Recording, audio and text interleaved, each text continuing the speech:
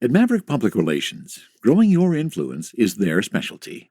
NPR works with remarkable companies in the cannabis industry to deliver exceptional results. Experience big agency expertise and outstanding client service delivered by seasoned and knowledgeable experts. Connect with Maverick PR today and move your company to the next level. Visit them today at www.themaverickpr.com. From a studio high above the clouds of the Okanagan Valley, this is the Cannabis Podcast. Exploring the world of Canadian cannabis culture, one toke at a time. Now, here's your host and bud tender, Gary Johnston. Welcome back to episode 21 of the Cannabis Podcast. I'm so glad you came back. If you're here for the first time, well, welcome. I hope you enjoy the experience. This week, I go on the road to interview the Chief Technical Officer for a global player in the extraction market. And this company is right here, built in the heart of the Okanagan. James Seabrook from Vitalis Extraction Technology is our featured guest a little bit later. I've also brought in another cultivar for review on Cultivar Corner. This week, it's Seth Rogen's Houseplant. And finally, we'll finish with some more amusements from behind the cannabis counter. Let's get started with episode 21 of the Cannabis Podcast. For this week's interview, we did something a little bit different. We went on the road. Fortunately, though, it wasn't a very long road. I went on the road here in Kelowna to a local company called Vitalis Extraction Technology. They are a Kelowna-based company producing CO2 extraction systems that are a dominant mix of versatility and engineering. And not only did I do an interview with their chief technical officer, but I also got a tour of the plant, and I was pretty impressed. So let me tell you about my guest. As Chief Technical Officer and co-founder, James Seabrook leads the engineering and production component of Vitalis' cutting-edge manufacturing facility. He has significant experience in the oil and gas industry. He brings a wealth of expertise in high-powered engineering design. A graduate of the University of British Columbia, James holds a degree in applied sciences, mechanical engineering, and his professional engineering designation. A world traveler, teacher, and recurring guest lecturer at the UBCO School of Engineering, James has the skill to conceptualize and design new equipment and innovations, a key driving force behind Vitalis' ability to stay positioned at the forefront of the supercritical CO2 extraction industry. So let me review that. A degree in applied sciences, mechanical engineering, and his professional engineering designation. Do you ever have time to breathe? From time to time. Ladies and gentlemen, please welcome to the Cannabis Podcast, James Seabrook. Thanks, Gary. I'm so glad you took some time to give me a bit of your story, James. My pleasure. And today, 30 degrees outside, I'm happy to be in an air-conditioned room. So. You've got that right, too. We are centered in the Okanagan, and it is a very hot day out there. Before we started recording here, James, kind of gave me a sense of where you've been. So you started Vitalis back in 2016. That's correct. Yeah, our official incorporation was in February of 2016. And prior to that, the inception of the company started about 12 months earlier. Okay. My two partners, Joel and Pete, were involved in an investment fund and looking at opportunities in the U.S., mainly the Portland area, to develop some capital in the cannabis space, which had been legalized. And that led them to numerous processing facilities. And in that phase, they learned that there is, a need for not only flower products, but consumers were growing towards extracted products, which includes vape products or edibles or topicals or, or shatter or butter or any of those. Sure. Yeah. Right. When they tried to find equipment for these various businesses to invest in, there was a gap where it wasn't available, or it was too long of a lead time, or it wasn't large enough capacity. Yeah. And Joel, being a close friend of mine, he asked me to come down and look at a project with them. And when I walked into the facility, I kind of shook my head, because standard compliance requirements that are very sound and dated in oil and gas and manufacturing hadn't been done on this process equipment. General safety requirements like electrical standards and pressure standards. operator, safety was not considered. So we went back, and it kind of stewed for a couple months, and then I, in my current position, or in the current position I had at the time at a local company here, I saw the opportunity to establish a manufacturing company, and went back to the guys and said, hey, I think we can do this. We looked at the numbers, and we looked at the market, and what our positioning would be, which was compliance and higher throughput and education and being stewards of good practice. That's one of the things I was most impressed with as I started looking through the documentation given before the interview and taking a look at your site. The fact that you are really concentrating on the standards and the process safely, so that we don't have any worries of danger and injury and such. That's great. Exactly. And you were also saying that in 2016, when you started, you kind of had an idea where the company was going, but now here we are 3 years later, and it's changed even from that point, right? Yeah, originally, looking at the resources that were available in the valley for labor, and then, what would be a good sized company, we envisioned shipping kind of one machine a month, 15 to 30 employees maybe, depending on if we really grew and we were rapid growth. And that quickly changed to now we're shipping 2 machines a week. Wow. And we're broaching 100 employees soon. Fantastic. Well, that's fabulous for you. Yeah, which is something we're all very proud of as owners, creating some economic development here in the valley. As well, you should be. And doing stuff that we really enjoy. And that's the double bonus, doing stuff you really enjoy. So let's take a step back just a little bit, James, for the sake of the listeners who might not understand extracts, and understanding that my engineering knowledge is significantly less or minimal than what yours would be. Can you give us a simple explanation of how the extraction process works, whether with your machine or just generally? Sure. So extraction in general is the use of a solvent to remove desired compounds from biomass. If we look at perfumes, you can imagine that a rose petal is extracted and the essence of rose is put into a perfume. Right. The same can be done with cannabis. And in cannabis, you're typically targeting terpenes, which are the flavors and the aromatics of the flower, and then cannabinoids, which the 2 big ones people usually refer to are CBD and THC, the psychogenic compound. Yeah, exactly. There's probably 100 plus cannabinoids. I don't know all of them. I don't know the exact number, but they're there. They all have some sort of effect on the endocannabinoid system of the body. Absolutely. And that's what we're capturing. So in the extraction process, the solvent will strip those out of the biomass along with maybe some other compounds. We'll collect that, and then we'll refine it into a consumer product. Right. And I should clarify, we don't do that. We build the equipment Exactly. to do that. I did want to clarify that to make sure that we're not getting confused as to who's doing the extraction. So give me a sense of where some of your extracting machines are around the world now. We are a global company on 4 continents. Wow. So we have equipment deployed in Colombia. That was one of the very early projects that we did. We have equipment in the EU and outside of the EU in places like Serbia, all throughout the US, Canada, obviously, a lot of deployments in Ontario where some of the big players are, and Australia. And do you see the supercritical CO2 which your process uses, do you see that becoming a predominant standard, or you hope it will be the standard as we move forward? Obviously, my opinion's a little biased. A little biased, perhaps. Of all the extraction processes, the top 3 being probably ethanol, hydrocarbon, which would be butane and propane. Yeah. And then CO2. I believe CO2 is the best and most resilient type of extraction. Right. And you can reuse the CO2 in your process. Is that correct? That's correct. Yeah. We recycle 99+% of the CO2 used in the process. And when we tour the facility later, I'll walk you through how that's done. Yeah. I'm really looking forward to getting a peek at what you're doing there.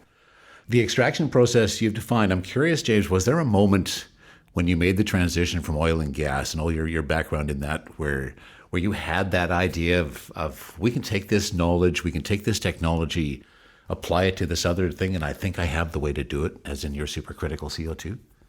Yeah, so a lot of my previous experience was in the design of equipment. Okay. And that equipment had to be mobile or easy to use, it had to be safe, and it was operated with a lot of high pressure equipment. So understanding basics of pumping and thermodynamics, and then learning about the CO2 process, which has been around for a long time. Right. We were able to do a couple things that are, novel in our approach. We got a patent for the method that we decompress the CO2 into our separators, and grew towards equipment that was good at extracting all sorts of botanicals. Yeah. And then really tried to hone in our knowledge around the cannabis space so that we could market to it.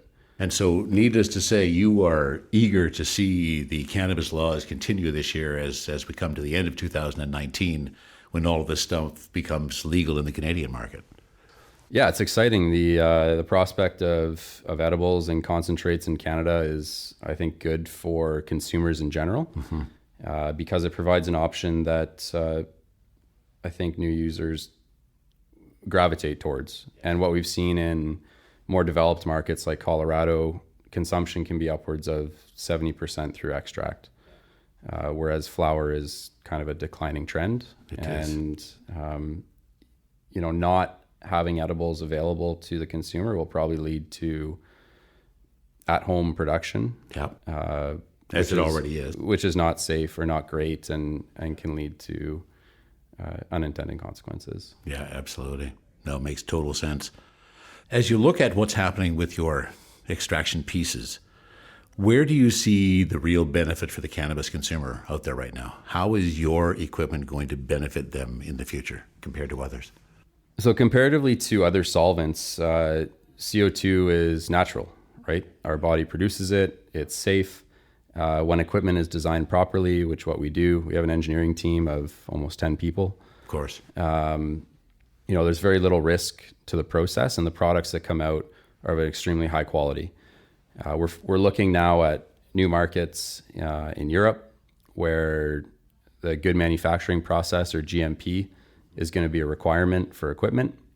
So we provide the documentation and the support and the education around those quality systems that ensure the consumer gets a high quality product at the end of the day. Absolutely. And when you're in a medicinal market, which is what most of Europe is right now, you have to kind of ask yourself, do I want to consume a product that has residual limits of butane in it, or propane or alcohol, and vaporize those products into my lungs, or consume them as an edible into my, body? Exactly.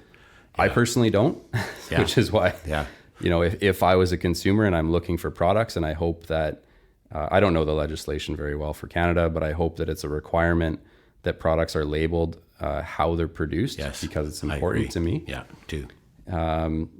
Health Canada has set a limit of 5,000 ppm for residual hydrocarbons, which, I'm not super stoked about tasting a gummy that's got a barbecue flavor to it. And I don't think many people are. No. So 5,000 ppm is the current target? Is that what they're currently looking at, or is that what you're? I think that's the allowable limit. I'm not 100% sure, but the last time I looked at the reg, it's somewhere around that. So, the opportunity for consumers to have high quality products is important. We facilitate that. We provide the documentation and the service and support to our customers so that they can create high quality products. And lots of it. That's the other thing that I was impressed when I looked at your site and some of the products you are producing. I'm amazed at the quantity that these are capable of doing. What's the load limit? That was one of the gaps that we identified early in the marketplace, was that when we were looking for equipment or looking at competitors, a big system was around the 20 liter range for CO2. And what that relates to is somewhere about 10 pounds or 5 kilograms of input per batch. Okay. And knowing that the market is growing, all of these businesses are going to be looking for larger equipment that is more reliable. Our current product range starts at 45 liters. So even when we came into the market, a lot of customers that were calling and inquiring about the equipment kind of laughed and went, wow, that's big system. I don't have anything to compare it to. Yeah. And now, all of the competitors have scaled up to our scale. So now we're kind of leapfrogging again. So from 45 liters all the way up to 3,000 liters, our daily processing capacity of a Vitalis machine starts at 100 kilograms and ends at somewhere around 5,000 kilograms per day. Wow. That's amazing. Yeah. And those larger systems are targeted towards, industrial hemp. So Sure. as legislation changes in Canada, there's going to be great opportunities for farmers in Saskatchewan or Manitoba who are growing industrial hemp, who previously had to destroy their crop tops, Right, absolutely. which contain the CBD And I compound. get the CBD from it. I'm not sure on how that plays into it, but there's an opportunity, now for them to have another revenue source potentially. Yeah, absolutely. Along with all the other benefits of hemp and the fibers and Exactly. industrial products. Everything else associated to it. That is really cool. You guys are doing some amazing work. I'm very, very impressed. Let me bring it back to the cannabis experience. Do you personally consume? Not regularly. No, But you have enough to know Yeah. what the consumers are looking for. yeah, and it's there's a October 17 kickoff, and it's interesting. I mean, I'm a beer guy. I like Okay, my everybody IPAs. has theirs. Yeah, And the personal consumption side of it, the access isn't there right now. There's no places to go buy it in Kelowna. that's true. You can order it online. I'm not super excited about smoking flower. Yeah, So it's interesting to try products when you're traveling to legal destinations. yeah. And I'm excited for when Canada can, catch up to some of the other places in the world that have good consumer access. Yeah, exactly. And that's what we're all hoping for. And as many listeners of the podcast have known, we've tried a lot of the product from the BC Cannabis Store, and the quality varies. Yeah. Do you have a depending favorite? The favorite stuff I've had actually has been from Broken Coast. Oh, The great. stuff from Broken Coast has been really well done. And in my mind, the majority of the reason why they appear to take the time with the growing, and it's all hand trimmed. Oh, cool. And it just looks beautiful, tastes beautiful. And it's probably the only one that I have gotten that did not suffer from incredible dryness. I mean, I've gotten some product from there. You could just squeeze the bud and it's dust on your table. Yeah, amazing. So where do you think the future is for Vitalis and the cannabis industry as we move towards? Obviously, you've already brought it up, but CBD is becoming huge. Yep. More and more people are starting to understand the relative importance of what CBD can do for so many people. Is that going to be a big part of what your future with Vitalis is?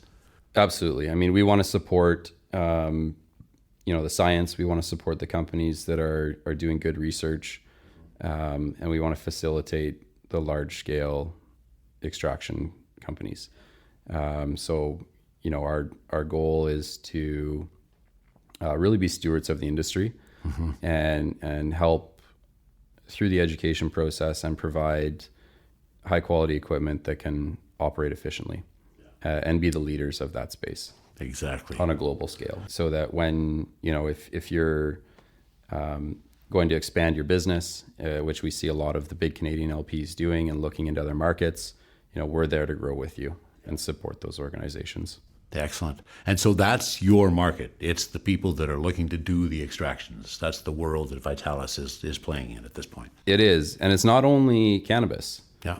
And that was just to stop you there. As I was reading the website, one of the comments I made to my wife as I'm reviewing this, notice that the word cannabis is never used anywhere on the site. You're just talking about plant material. Yeah. So And we've got a Q90 set up at our R&D bay here in Kelowna. We've processed all sorts of botanicals on it, and it's fascinating what results you can get. I bet. Hops is used in the brewing industry. And very commonly, hops is extracted using CO2 and then added into the brew process to prevent a lot of the same problems that the cannabis industry will have with packaging. Like you mentioned, when flower is really dry, or if it's packaged when it's too wet, it could become moldy or could have any sort of shelf life problems. Absolutely. So when hops is extracted, you can isolate those alpha acids that are really desirable and save them for a longer amount of time. Nice. Then you'd be able to degrade them in a freezer bag or vacuum pack. Yeah. We've extracted sea buckthorn, which is a berry grown in Saskatchewan, and has all sorts of nutraceutical effects. Yeah.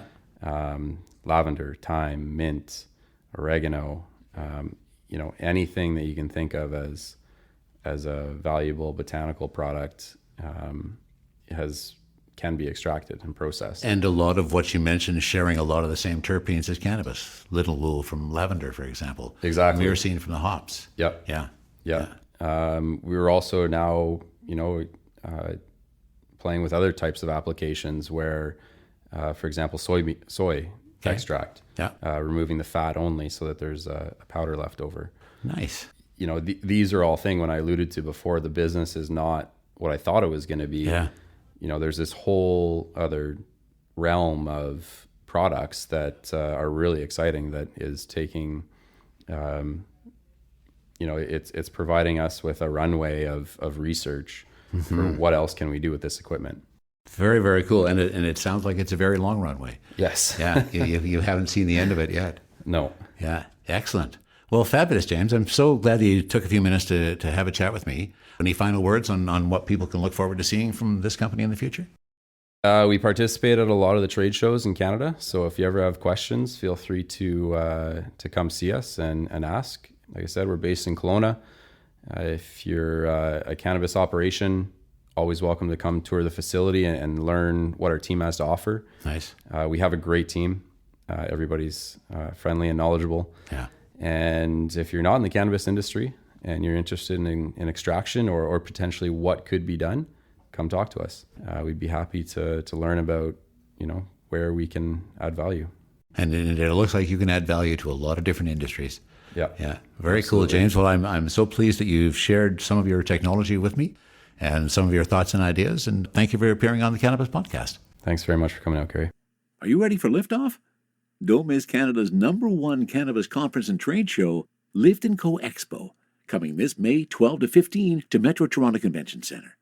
Level up your industry intel at the Lift Cannabis Business Conference. Connect with movers and shakers from across the cannabis industry and preview new products and services from 250 plus exhibitors. Plus, everyone loves Lift & Co Expo's prizes, live music, and more. Visit liftexpo.ca for tickets. That's liftexpo.ca. THC, CBD, terpene profiles, what's in me? Oh, please explain to me. Cultivar Corner, Cultivar Corner, oh yeah. Cultivar Corner, please explain this stuff to me. As any frequent listener of this podcast knows, I love playing that piece of music, and I'm very pleased to tell you that this time I played it for the proper reason. I actually do have a cultivar on Cultivar Corner.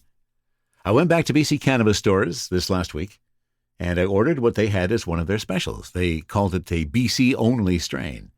It was Houseplant Sativa, a high THC strain also known as Chemdog on the street. It's a combination of OG Kush and Sour Diesel lineage. I got it in the mail, and I also want to point out that after last week's episode, I had a few people contact me to give me their thoughts about the show, and I always appreciate hearing from people.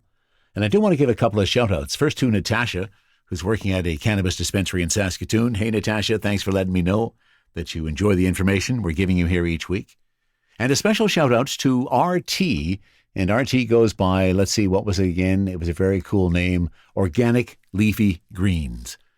And what I want to thank Organic Leafy Greens for was pointing out to me a fact that I had kind of forgotten about. Back when we started doing the Strain Explains, and then those transitioned into Cultivar Corner, I at one point made the decision to start smoking joints, to give you a sense of whether or not it had been flushed correctly. So were we getting a lot of black ash? That was the main reason for moving to the joints.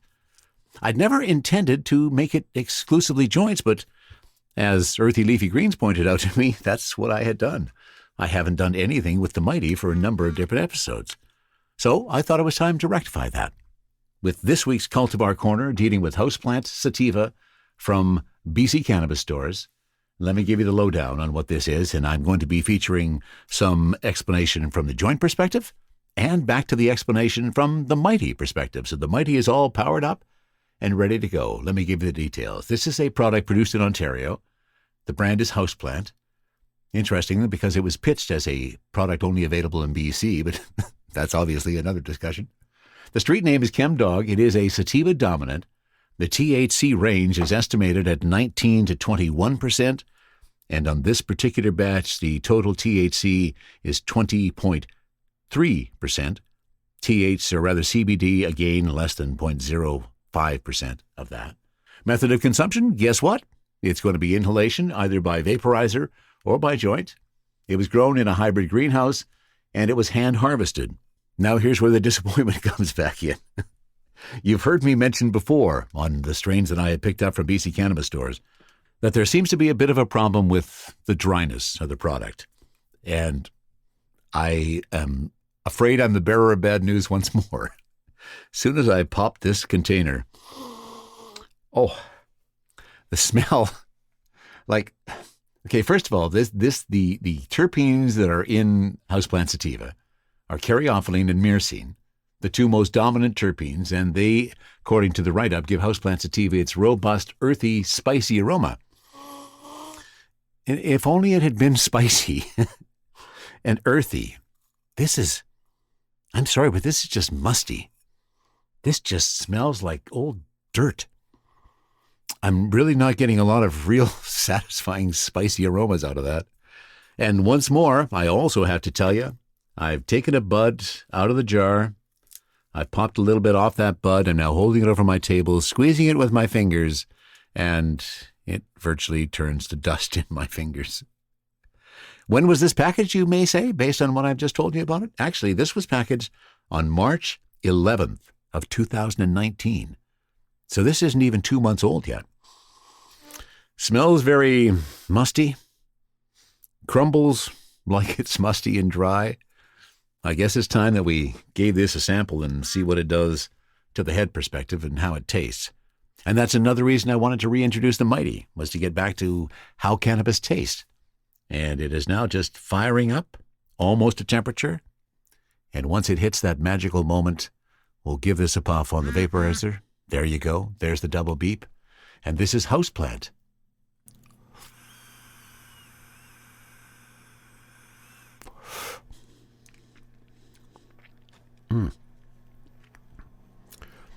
The taste in the vaporizer is not any more spicy than the aroma, but sniffing it in the container is.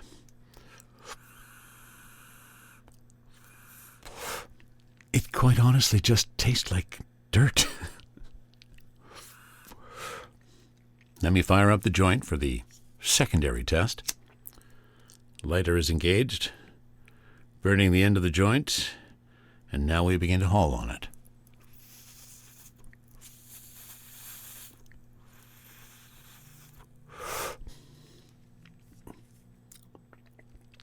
Tastes very musty in a joint as well, so the taste is not improving, but taking a look at the ash coming off the end, thankfully I'm not seeing a lot of dark ash, so it looks like the flushing occurred properly for Houseplant.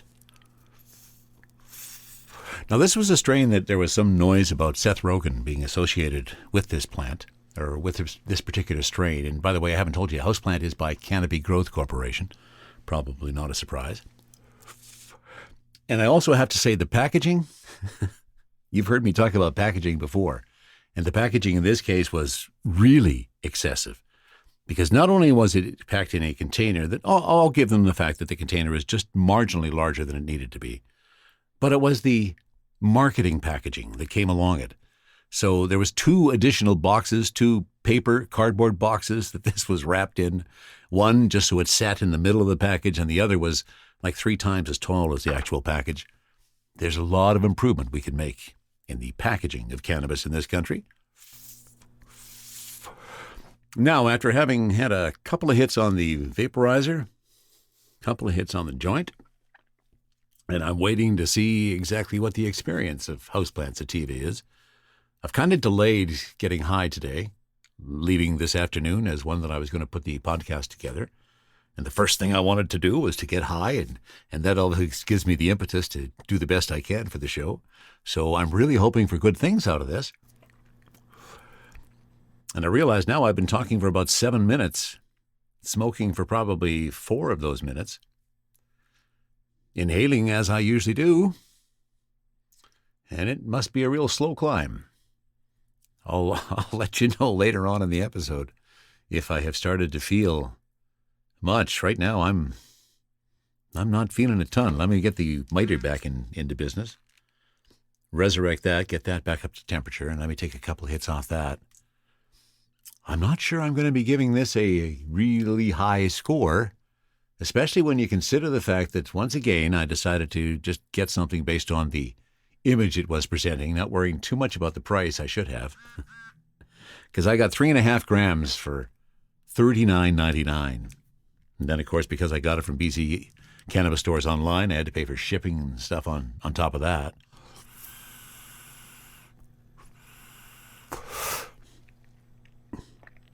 And I'm not sure at this point, either by taste, by smell, or effect, that I have truly got my money's worth. From Houseplant Sativa by Canopy Growth Corporation. From the cannabis-infused studio in the clouds, this is the Cannabis Podcast. I had a customer this last week share some news that I thought was fabulous, based on the news that we often hear about cannabis in the residential world. Those who are renting, those who are in stratas, condos, all of those types of things, where we're hearing more and more of them that are restricting the use of cannabis in any of those facilities, which I find just weird since it's now legal. Now it's harder to access and harder to smoke, apparently. But this customer, I thought, had a fantastic solution that had been presented by his landlord, and I thought, if only everybody else would kind of get on board with that.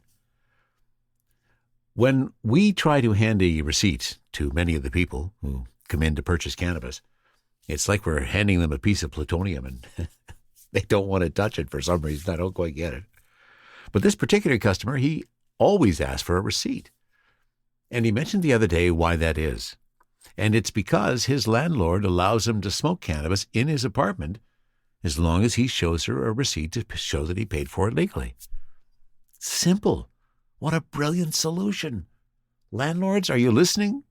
That is a fabulous opportunity to jump on board and not discriminate, drop the stigma stuff. I just thought it was a fabulous solution. So I wanted to share that with you. And one other thing that I wanted to share was some amusements, perhaps is the better way to describe it, in relation to technology and, shall we say, the older cannabis consumer. And by older cannabis consumer, I am including myself in that regard. I'm not a young man, in case that hasn't been obvious up to this point. But even for those perhaps a bit older than me, we have a vape pen that has a battery. And in this case, this particular model requires a few presses to enable that battery so you can actually utilize the vape. I have now, I think, talked to about 5 different customers who just simply did not get it. They figured that this battery was totally broken. There was nothing they could do about it. It didn't work. They brought it back to either get it replaced or find something else. And in every single case, I simply took the battery out of the packaging, picked it up, and here's where most will understand. The instructions for this device are on the back of the packaging, and they're pretty clear, although not very explicit. There's only 3 instructions. 1, click 5 times to turn it on and off. 2, click 3 times to change the heat setting. And 3, click twice to preheat. Seems simple, right? Well, not so simple if you don't understand the concept of clicking within a fairly short period of time. In each instance, every single person that I dealt with in this regard, let's say was turning it on with 1, 2, 3, you get the idea. Whereas the proper way to turn that on is 1, 2, 3, 4, 5. The proper way to preheat it, 1, 2, not 1, 2. And although it did take me a number of iterations to go through the steps, hand it back to each of those individuals and ask them to walk through the steps themselves, to make sure that they clearly got it. And they all did. They all finally got it at the end, and they were very thankful for the advice and the tutelage. But I just can't help chuckling over the fact that the 5 clicks was just a concept that was foreign to them. And I guess the other thing I tried to, other trick I used in trying to explain it to them was the concept of a double click on the mouse. It's very quick. It's followed quickly. It's not 1 and then 2. So there you go. There's some experience with some of the modern technology, or some of the technology that's out there for imbibing in cannabis. And that is just about it for episode 21. As I look towards the future, we'll look at some more Cultivar Corners to see what we can explore. There's still lots of wacky, weird subjects out there, and a whole bunch that I was planning on talking about this week, but somehow those fell by the wayside. And again, I want to thank those who contacted me after the last episode, and I have to remember every single time to tell you, if you do have any comments or want to give us some suggestions for the podcast in the future, you can reach us at info@cannabispodcast.com. And that wraps it up for episode 21 of the Cannabis Podcast. From the Cannabis Infused Studio, high above the Okanagan Valley, this was the Cannabis Podcast.